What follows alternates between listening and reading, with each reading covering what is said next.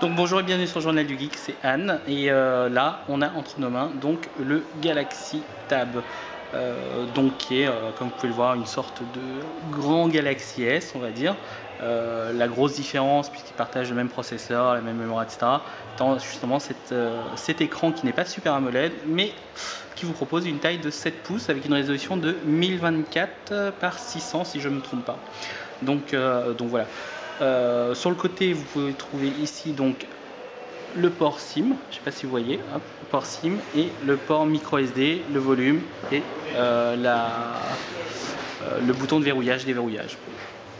En haut, vous avez donc la prise casque, l'APN de 3 mégapixels derrière, et puis sur la tranche gauche, pardon, vous avez juste le micro qui est juste ici. Et en bas, donc, cette fameuse prise dock qui est propriétaire malheureusement et qu'on aurait préféré justement avoir peut-être un truc micro USB. Donc 7 pouces. 7 pouces c'est une taille que moi j'estime personnellement assez bien faite. J'aime beaucoup cette taille d'écran. J'aurais préféré par exemple, on va le comparer vite fait avec l'iPad, mais j'aurais préféré un iPad de 7 pouces au lieu de 9 pouces et quelques, tout simplement parce que c'est beaucoup plus mobile et puis là faut avouer que la Galaxy Tab fait 380 grammes contre 700 et quelques, voire 800 je me semble, c'est 700 et quelques pour l'iPad. Voilà, donc qu'est-ce que je peux vous montrer? Donc, on retrouve les widgets comme sur le Galaxy S. L'écran, même si ce n'est pas un Super AMOLED, est plutôt correct. Le contraste est bien rendu et les couleurs sont là. Trop pétantes. Hop. On retrouve le menu qui fait penser quand même méchamment à un iPad, on va dire ça. C'est autant sur le Galaxy S, quand on ouvrait le menu d'application à toute première fois, on avait l'impression que c'était l'iPhone dans sa version 3 et quelques. Et ben là, c'est exactement la même chose que l'iPad, c'est-à-dire qu'on retrouve cette grille d'application avec le fond d'écran. Voilà. Au niveau de la navigation, elle est plutôt correcte. L'écran réagit plutôt bien. Bon, là, on est sur la version mobile du Journal du Geek. Hop. Voilà.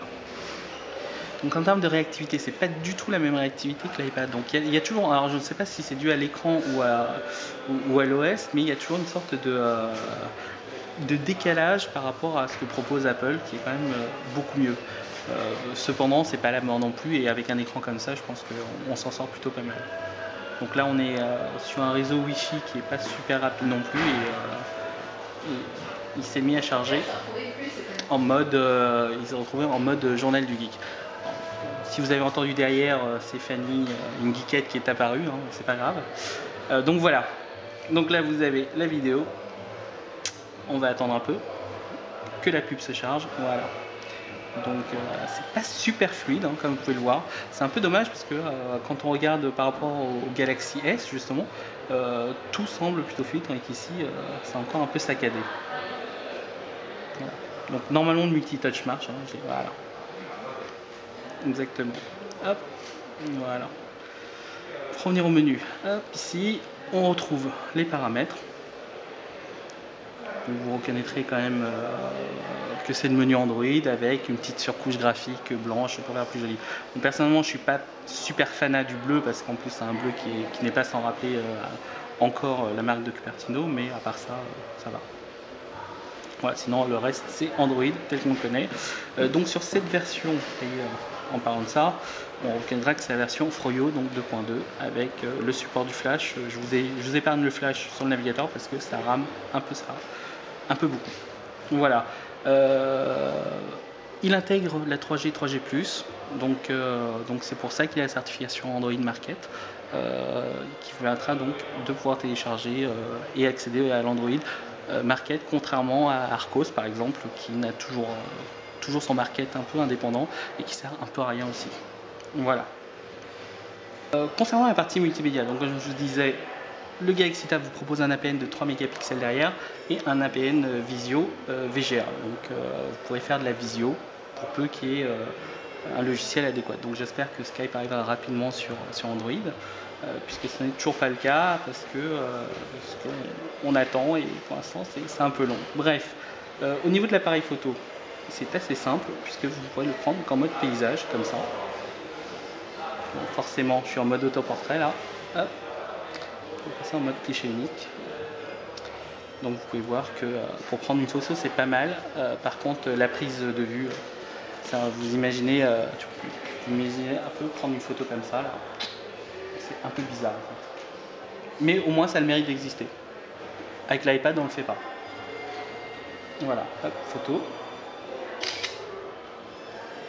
Vous pouvez bien évidemment prendre de la vidéo ici, avec un enregistrement en 720p assez classique. Voilà, du coup pour la photo, on y accède depuis l'application Galerie, qui est exactement la même que sur Android. Zoomer, dézoomer. Bon, vous pouvez donc voir que le multitouch fonctionne bien et c'est vraiment le navigateur internet qui était lent et pas le multitouch. Voilà. Concernant la vidéo, donc il faut savoir que le Galaxy Tab est la première tablette certifiée DivX. Donc vous pourrez lire quasiment tous vos fichiers récupérés de diverses manières sur internet, via vos amis, etc. Voilà. Donc on a des exemples ici, forcément. On va par exemple prendre. Alors ce ne sont pas nos vidéos, hein, je tiens à préciser. Ce sont juste des trailers, des bandes annonces. Voilà.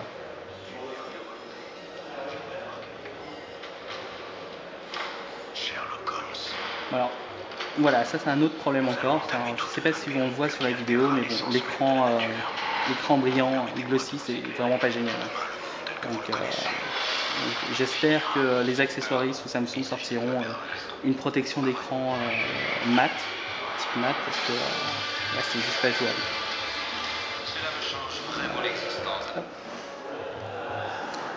Il faut savoir aussi que, je vous rappelle aussi que comme il est connecté 3G, vous avez accès à toutes les applications type Google Maps, etc. Donc, bon là on est en Wi-Fi, donc je ne sais pas si on nous trouvera, mais ça vous donne une idée de ce qui est possible de faire. Donc après le contenu multimédia, on va revenir juste sur les petites choses que Samsung a rajoutées qui sont pas mal du tout. Donc on commence par, comme sur le Samsung Galaxy S, hein, donc de quoi organiser vos écrans d'accueil, donc rajouter un écran d'accueil, en supprimer ou pas, etc. Donc là c'est assez classique. Voilà. À côté, en termes d'application, qu'est-ce qu'on a de plus?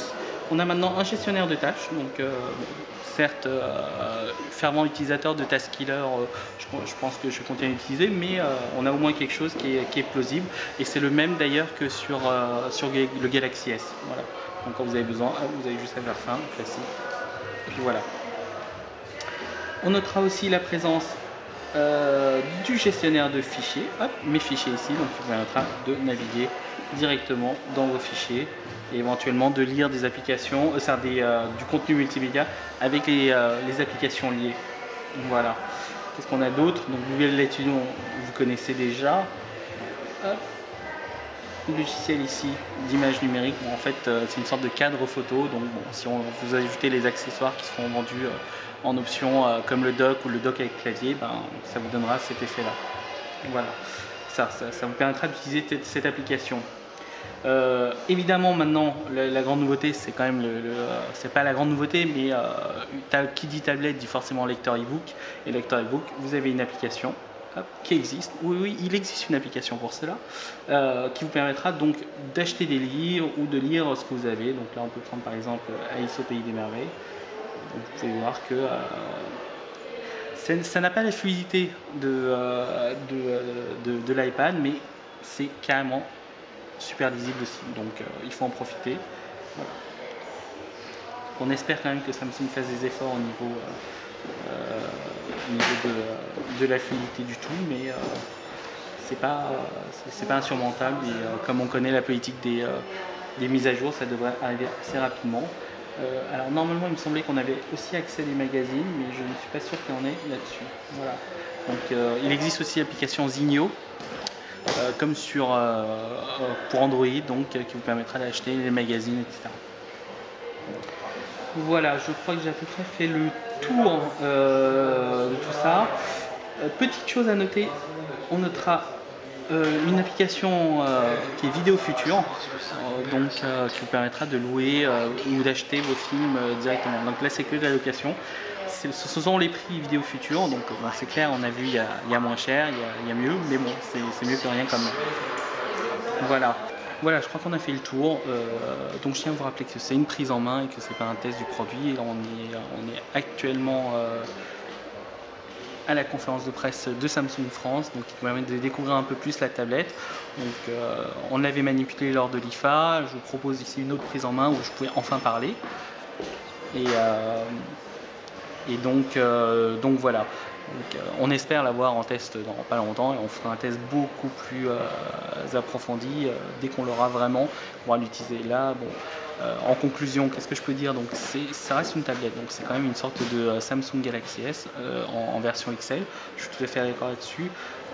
La taille de 7 pouces est vraiment une taille que j'apprécie beaucoup. J'attends juste un tout petit peu plus de réactivité au niveau de la navigation internet. Et je pense qu'on pourrait avoir quand même quelque chose. On a l'utilisation de la tablette telle qu'on le souhaiterait actuellement. Donc c'est vraiment quelque chose à voir plus longuement et à tester en profondeur. Maintenant, oui, je sais qu'il y a une grosse polémique sur le prix qui est de 699 € hors abonnement. Je suis conscient aussi que c'est vraiment très cher, mais bon, quand on prend comparativement, on prend un iPhone 4, si vous le prenez sans abonnement, il est quand même à 750 € en version 32 et en version 16 Go, il est à 650. Donc ce qui est dans cette gamme de prix. Maintenant, Samsung essaie de nous rassurer en nous disant qu'il y a beaucoup de partenariats qui est en train d'être faits avec en train d'être faits avec nos opérateurs, visiblement, puisqu'il sera proposé avec les opérateurs essentiellement.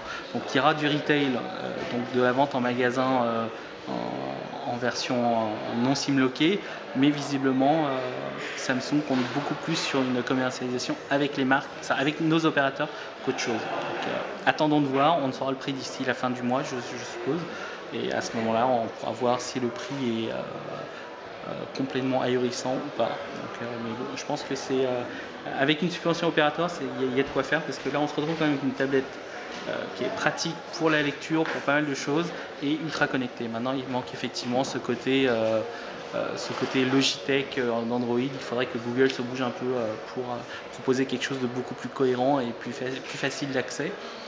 Mais les développeurs commencent à être séduits par la plateforme Android, donc il y a de quoi faire. Voilà, donc je vous remercie beaucoup pour votre attention et à très bientôt sur Journal du Geek.